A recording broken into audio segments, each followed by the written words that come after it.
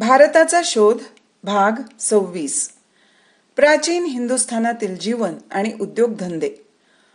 प्राचीन हिंदुस्थानातील तात्विक आणि आध्यात्मिक विचारांची कसकशी वाढ होत गेली यासंबंधी अनेक विद्वानांनी आणि तत्वज्ञानांनी संशोधनपूर्वक बरेचसे लिहिले आहे.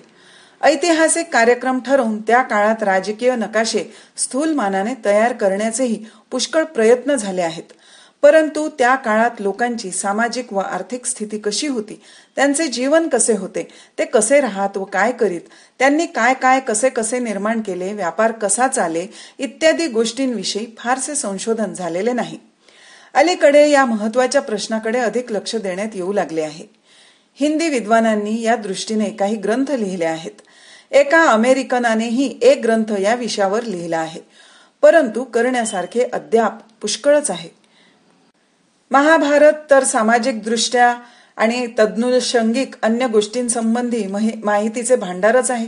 इतर पुष्कळ ग्रंथातूनही उपयुक्त माहिती मिळेल, परंतु या विशिष्ट दृष्टीने त्यांची चिकित्सक पाहणी केली पाहिजे.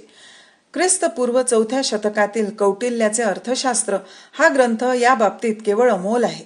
मौर्य साम्राज्यात आर्थिक, सामाजिक, राजकीय आणि लष्करी संघटना कशी होती ते या ग्रंथात सविस्तर दिलेले आहे. बुद्धपूर्व काळातील हिंदी जीवनाची वर्णने जातक कथांमध्ये आहेत. या जातकांचे आजचे स्वरूप बुद्ध निधनोत्तर काळातले आहे. बुद्धाच्या पूर्वजन्माच्या कथा या जातकात आहेत अशी समजूत असल्यामुळे बौद्ध धर्मीय वाङ्मयाचा तो महत्वाचा भाग बनला आहे. परंतु यातील गोष्टी बऱ्याच पुरातन असाव्यात आणि त्यामुळे बुद्ध पूर्वकालीन हिंदी जीवनाची महत्वाची माहिती त्यांच्यात आपणास मिळते. प्रोफेसर रिस डेव्हिड्स म्हणतो, लोककथात सगळ्यात अत्यंत महत्वाचे, अतिप्राचीन, सर्वसंपूर्ण असे हे संग्रह आहेत. पुढे ज्या पशुपक्ष्यांच्या अनेक कथा पंचतंत्र हितोपदेशातून दिसतात, ज्या पुढे आशियाभर आणि युरोपभर पसरल्या, त्यांचे मूळ या जातक कथांमध्येच आहे. आर्य आणि द्रविड या दोन प्रमुख मानववंशांचे भारतात शेवटी एकीकरण झाले त्या सुमाराचे हे जातक संग्रह असावेत. जातक कथांवरून त्यावेळेचा हिंदी समाज असा दिसतो की ज्याचे नीट वर्गीकरण करणे आवश्यक आहे. किती विविध प्रकार आणि विविध रूपे, त्या काळातील परिस्थितीचे अव्यवस्थित स्वरूप आहे. ज्याला आपण जाती संघटना म्हणतो ती तर कुठे दिसतच नाही. धर्मगुरूंची ब्राह्मण परंपरा आणि राज्यकर्त्यांची क्षत्रिय परंपरा याशिवाय उरलेली जी बहुजन समाजाची परंपरा, तिचे चित्र या जातकांमधून दिसते असे म्हटले तरी चालेल. हा संदर्भ रिचर्ड फिक यांच्या बुद्धकालीन ईशान्य हिंदुस्थानातील सामाजिक संघटना या पुस्तकातून घेतलाय. या विषयावरील अलीकडचे पुस्तक विशेषतः जातक कथांवर आधारलेले असे रतिलाल मेहता यांचे बुद्धपूर्व हिंदुस्थान हे आहे. येथील मी मांडलेल्या बऱ्याचशा गोष्टी या पुस्तकांमधून घेतलेल्या आहेत. अनेक राज्ये होती आणि त्यांचे राजे होते. त्यांच्या वंशावळ्या आणि कारकिर्दी कालानुक्रमे आलेल्या सापडतात. राजपद प्रथम लोकनियुक्त असे, पुढे ते वंशपरंपरागत झाले आणि मग मोठा मुलगा असे तो गादीचा वारस होई. स्त्रियांना राजपद मिळत नसे, परंतु काही अपवाद आढळतात. प्रजेवर येणाऱ्या सर्व आपत्तींना राजा जबाबदार धरला जाई. चीनमध्येही असेच होते. काही बिघडले तर राजाचा तो अपराध मानला जाई. मंत्रिमंडळ असे आणि विधिमंडळही असे. हे काही उल्लेखांवरून वाटते. परंतु जरी राजाला प्रस्थापित मर्यादेत वागावे लागे, जे काही संकेत मान्य केलेले असत ते त्याला पाळावे लागत, तरी एकंदरीत राजा अनियंत्रित असे. राजाचा धर्मगुरू किंवा मुख्य उपाध्याय असे. दरबारात त्याला महत्वाचे स्थान होते. धार्मिक समारंभाची त्याच्यावर जबाबदारी असे. तो धार्मिक बाबतीत सल्लाही देई. जुलमी आणि अन्यायी राजाविरुद्ध प्रजा बंड करून उठल्याचे व कधी कधी राजाला अपराधासाठी ठारही करण्यात आल्याचे उल्लेख आहेत. ग्रामपंचायतींना थोडेफार स्वातंत्र्य होते. त्यांच्या उत्पन्नाची मुख्य बाब जमीन महसूल असे. जमिनीच्या उत्पन्नातील राजाचा हिस्सा म्हणून शेतसारा घेण्यात येई. बहुधा तो धान्य रूपाने घेण्यात येई. क्वचित निराळ्या रूपातही शेतसारा घेत. उत्पन्नाच्या 1/6 हा कर बहुधा असे. प्राधान्य करून कृषी प्रधान अशी ती संस्कृती होती आणि स्वायत्त गाव हा त्या संस्कृतीत घटक होता. या ग्रामांचे 10 गावांचा 100 गावांचा असे संघ होते व या अशा संघटनेमार्फत राजकीय व आर्थिक व्यवस्था उभारण्यात आली होती. फळावळीचे बाग बगीचे करणे, ढोरांची पैदास करणे, दूध दुभते इत्यादी धंदे मोठ्या प्रमाणावर चालत. उद्याने व उपवने सर्वत्र असत. फुलांना महत्व होते. फुलांच्या नावांची यादी केवढी थोरली आहे. लोकप्रिय फळात आंबा, अंजीर, द्राक्षे, केळी आणि खजूर यांचा उल्लेख आहे. शहरांतून भाजीवाल्यांची, फळवाल्यांची पुष्कळ दुकाने, फुलवाल्यांचीही दुकाने असत असे स्पष्ट आढळते. फुलांचे हार आजच्या काळाप्रमाणे त्या काळातही भारतीय जनतेला फार प्रिय होते. मुख्यतः आहाराकरिता शिकारीचा नियमित धंदा असे. मांसाहार सर्वसामान्य होता. त्यात कोंबड्या आणि मासे याचे मुख्यत्वे करून समावेश होता. हरणाच्या मांसाला फार मान असे. मच्छीमारीचे धंदे होते. खाटेकखाने होते. परंतु आहारातील मुख्य पदार्थ म्हणजे तांदूळ, गहू, ज्वारी, बाजरी आणि इतर धान्ये हेच असत. ऊसापासून साखर तयार करीत. दूध आणि दुधाचे अनेक पदार्थ यांची आजच्या प्रमाणे महती होती. दारूची दुकाने होती. तांदूळ, फळे, ऊस यांच्यापासून दारू तयार केली जाई. निरनिराळ्या धातूंच्या तसेच मौल्यवान रत्नांच्या खाणी होत्या. सोने, चांदी, तांबे, लोखंड, कथील, शिसे, पितळ इत्यादी धातूंचे उल्लेख आहेत. मौल्यवान रत्नात हिरे, माणके, पोवळी हे प्रकार आले आहेत व मोतीही आहेत. सोन्या, चांदीच्या आणि तांब्याच्या नाण्यांचा उल्लेख आहे. व्यापारात भागीदार असत. व्याजावर रकमा दिल्या जात. तयार केलेल्या पक्क्या मालात रेशमी, लोकरी व कापसाची वस्त्रे येतात. तसेच रंग, घोंगड्या, गालीचे इत्यादी प्रकारही आहेत. कातणे, विणणे आणि रंगविणे हे देशात सगळीकडे भरभराटीचे धंदे होते. धातुकामाच्या कारखान्यातून युद्धाची आयुधे तयार होत. बांधकामात दगड, विटा, लाकूड असे. सुतार कुशल होते व नाना प्रकारच्या वस्तू ते बनवीत. गाड्या, रथ, पलंग, खुर्च्या, बाके, पेट्या, खेळणी, गलबते सारे प्रकार ते करीत. वेदकाम करणारेही होते. वेताच्या चटया, टोपल्या, पंखे, छत्र्या यांचे उल्लेख आहेत. प्रत्येक गावात कुंभार असत. फुलापासून, चंदनापासूनही नाना सुगंधी अत्तरे, तेले व सौंदर्यवर्धनाचे विविध प्रकार तयार करीत. चंदन चूर्णांचा उल्लेख आहे. नाना प्रकारची औषधे, चूर्णे, मात्रा तयार करण्यात येत. क्वचित मृतदेहही मसाले भरून सुरक्षित ठेवीत. हे जे निरनिराळे कलावंत, कारागीर, धंदेवाले सांगितले, यांशिवायही आणखी इतर धंद्यांचे शिक्षक, वैद्य, शस्त्रक्रिया करणारे, व्यापारी, दुकानदार, संगीतज्ञ, सामुद्रिक, फळांचे, भाजीपाल्याचे व्यापारी, नट, नर्तक, फिरते डोंबारी, जादूचे खेळ खेळणारे, कळसूत्री बाहुलीवाले, फेरीवाले कितीतरी धंदेवाईकांचे उल्लेख आहेत. घरकामात गुलामगिरी सर्वत्र दिसते. परंतु शेतकीची किंवा इतर कामे मजुरीने केली जात. त्या काळातही काही अस्पृश्य दिसतात. त्यांना चांडाल ही संज्ञा दिलेली आहे व त्यांचा मुख्य धंदा प्रेतांची विल्हेवाट करणे हा दिसतो. व्यापारी संघांना व निरनिराळ्या उद्योगधंद्यातील कारागिरांच्या संघांना महत्व प्राप्त झाले होते. फिक म्हणतो, हिंदी संस्कृतीतील व्यापारी संघ फार प्राचीन काळापासून असावेत. काही अंशी आर्थिक कारणांमुळे भांडवल नीट गुंतवता यावे म्हणून, दळणवळण व देवघेव यांना सोपे जावे म्हणून व काही अंशी स्वतःच्या वर्गाचे हितसंबंधी राखण्याच्या दृष्टीने हे संघ निर्माण झाले होते. जातक कथांवरून असे दिसते की 18 प्रकारचे कारागिरांचे संघ होते. परंतु सुतार व गवंडी, धातुकाम करणारे, चामड्याचे काम करणारे आणि चित्रकार ह्या 4 प्रकारांचाच उल्लेख सापडतो. रामायण महाभारतातूनही व्यापारी संघटनांचे, कारागीर संघटनांचे उल्लेख आहेत. महाभारत म्हणते, संघांचे संरक्षण त्यांची एकजूट केल्याने होते. व्यापारी संघांना असे महत्व होते की त्यांच्या धंद्याला विघातक कायदे ते राजाला करू देत नसत. राजाला धर्मोपदेशकांच्या खालोखाल जर कोणाची पर्वा वाटत असेल तर निरनिराळ्या धंदेवाईकांच्या संघाच्या नायकांची. व्यापाऱ्यांचा प्रमुख म्हणजे श्रेष्ठी, हल्लीचा शेठ ही मोठी वजनदार व्यक्ती असे. हा संदर्भ professor E. Washburn Hopkins, Cambridge, भारतीय इतिहास खंड 1 या पुस्तकातून घेतलेला आहे. जातकातील हकीकतींवरून एक निराळीच विचित्र घटना घडलेली दिसते. विशिष्ट धंद्यातील लोकांनी आपल्या स्वतंत्र वसाहती, आपली स्वतंत्र गावे वसविल्याचे आढळते. एक गाव म्हणजे सारा सुतारांचा.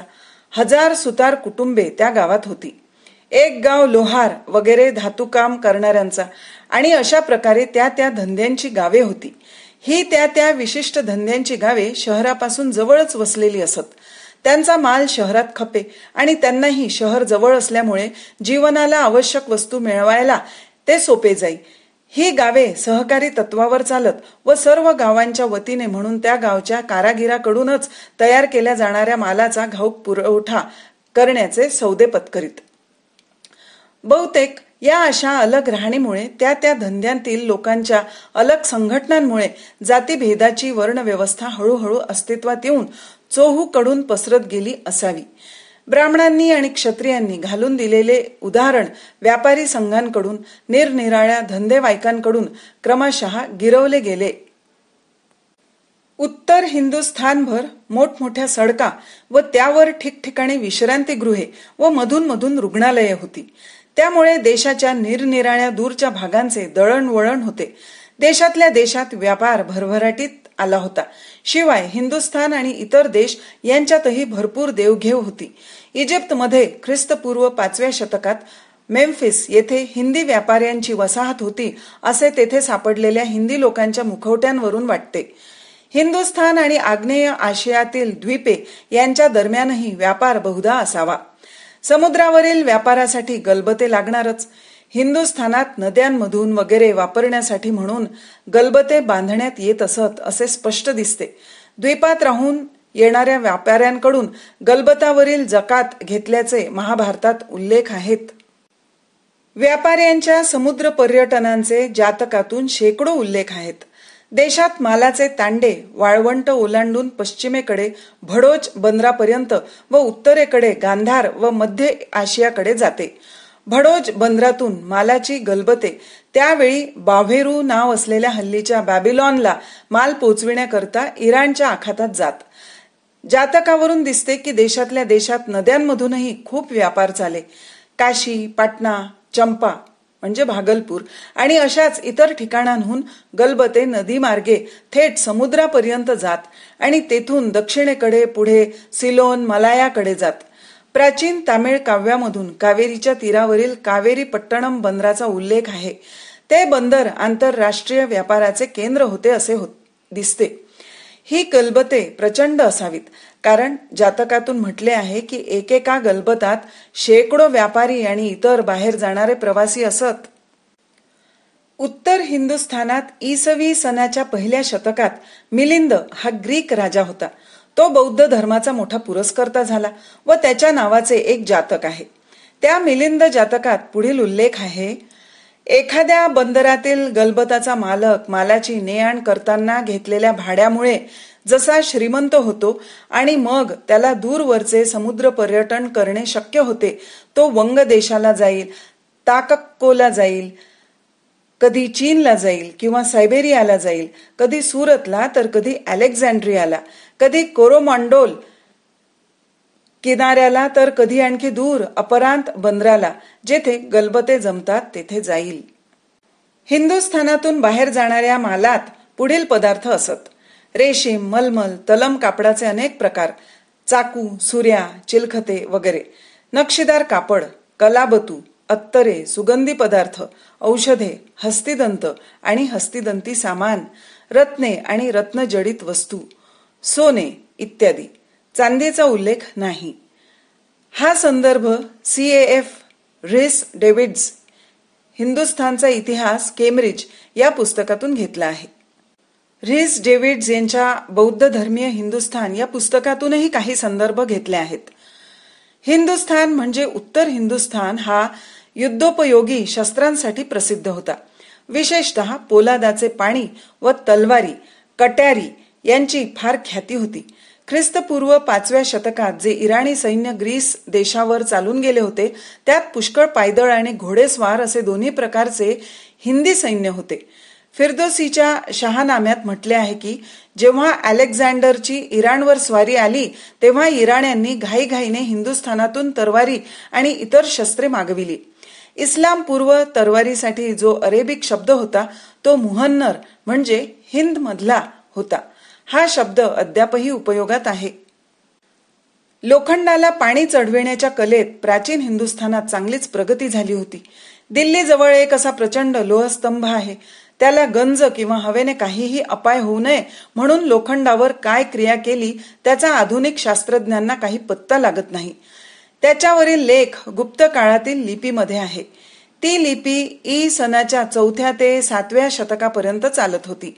परंतु हा स्तंभ त्या लेखाहून अति प्राचीन काळचा असून हा लेख मागून त्याच्यावर खोदण्यात आला असावा असे काही विद्वानांचे म्हणणे आहे. 4थ्या शतकातील अलेक्झांडरच्या हिंदुस्थानावरील स्वारीला लष्करी दृष्ट्या फारसे महत्व नाही. त्या दृष्टीने तो एक किरकोळ हल्ला होता. सरहद्दी पलीकडून लुटालुटीसाठी यावे असेच त्याचे स्वरूप होते आणि तोही अलेक्झांडरला मोठा फायदेशीर झाला नाही.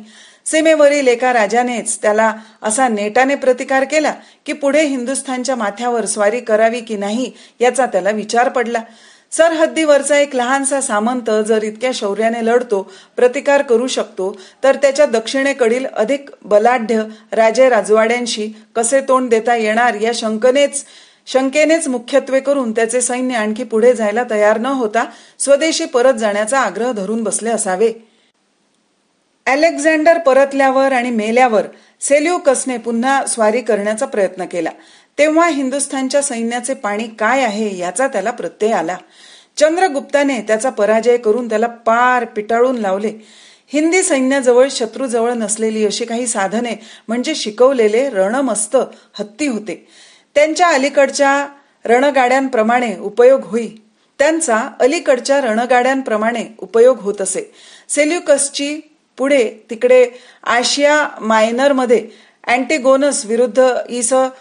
302 मध्ये जेव्हा लढाई झाली त्यावेळेस त्याने हिंदुस्थानातून असे 500 हत्ती मुद्दाम मागवून घेतले होते आणि इतिहासकार सांगतात की त्या घनघोर लढाईत आणीबाणींची वेळ आली तेव्हा या हत्तींमुळे लढाईचा रंग पालटून अँटिगोनस ठार मारला गेला. त्याचा मुलगा डिमिट्रियस पळून गेला. हत्तींना कसे शिकवावे, घोड्यांची चांगली निपज कशी करावी इत्यादी विषयांवर हिंदुस्थानात अनेक ग्रंथ आहेत. त्यांना शास्त्र ही संज्ञा आहे.